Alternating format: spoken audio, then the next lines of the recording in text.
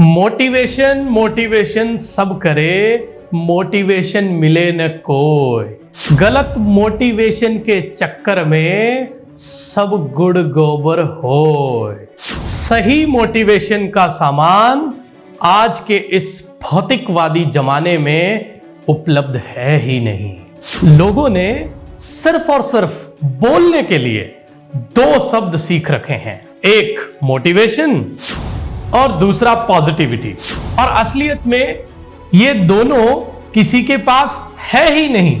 और अगर ये दोनों किसी के पास है तो उसकी पहचान कैसे होती है? दोस्त, ये दोनों गुण जिसके पास हैं उसका ओजस्वी चेहरा, तेजमयी चेहरा ही बता देता है। उसकी शालीनता और मधुर मुस्कान बता देती है कि ये व्यक्ति दोनों गुणों से सरोबार है।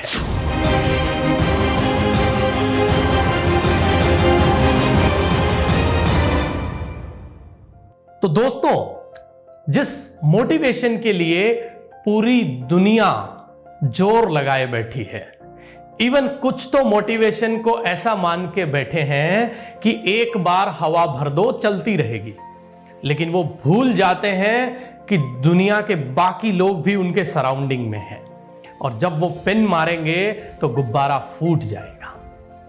तो आज हम ये रहस्य समझते हैं कि आखिर मोटिवेशन होता क्या है। व्यक्ति के अंदर दो प्रकार का मोटिवेशन होता है। पहला प्राइमरी मोटिवेशन, प्राथमिक मोटिवेशन, और दूसरा secondary motivation. Secondary motivation permanent होता है और प्राइमरी मोटिवेशन एनर्जी बेस्ड होता है। दोस्तों, वो रिक्वायरमेंट बेस्ड होता है। रिक्वायरमेंट कैसी? खाने की रिक्वायरमेंट। टाइम होगा खाने का, आपको भूख लगेगी और आपको खाना पड़ेगा। प्यास लगेगी, आपको पानी पीना पड़ेगा। तो ये सब क्या हुआ? आपने एनर्जी दी और प्राइमरी मोटिव सेटिस्फाइड। इसका मतलब प्राइमरी मोटिव जो है वो एनर्जी बेस्ड होते हैं, रिक्वायरमेंट बेस्ड होते हैं।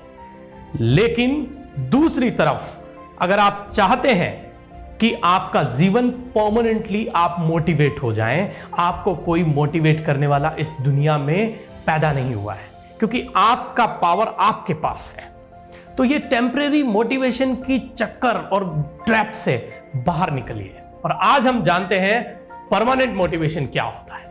तो इस प्राइमरी मोटिवेशन और सेकेंडरी मोटिवेशन के खेल में हम चुनते हैं सेकेंडरी मोटिवेशन को।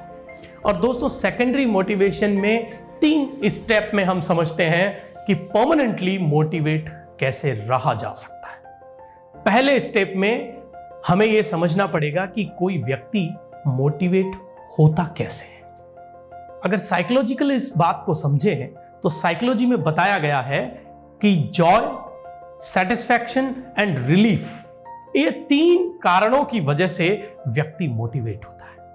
उसको जहां पर भी खुशी मिलेगी, सेटिस्फैक्शन मिलेगा एंड रिलीफ मिलेगा। एग्जाम्पल लेते हैं सरकारी नौकरी का। सरकारी नौकरी में जो रिटायरमेंट की जिंदगी है वो रिलीफ है। पूरी दुनिया गवर्नमेंट जॉब चाह रही है। कारण क्या है?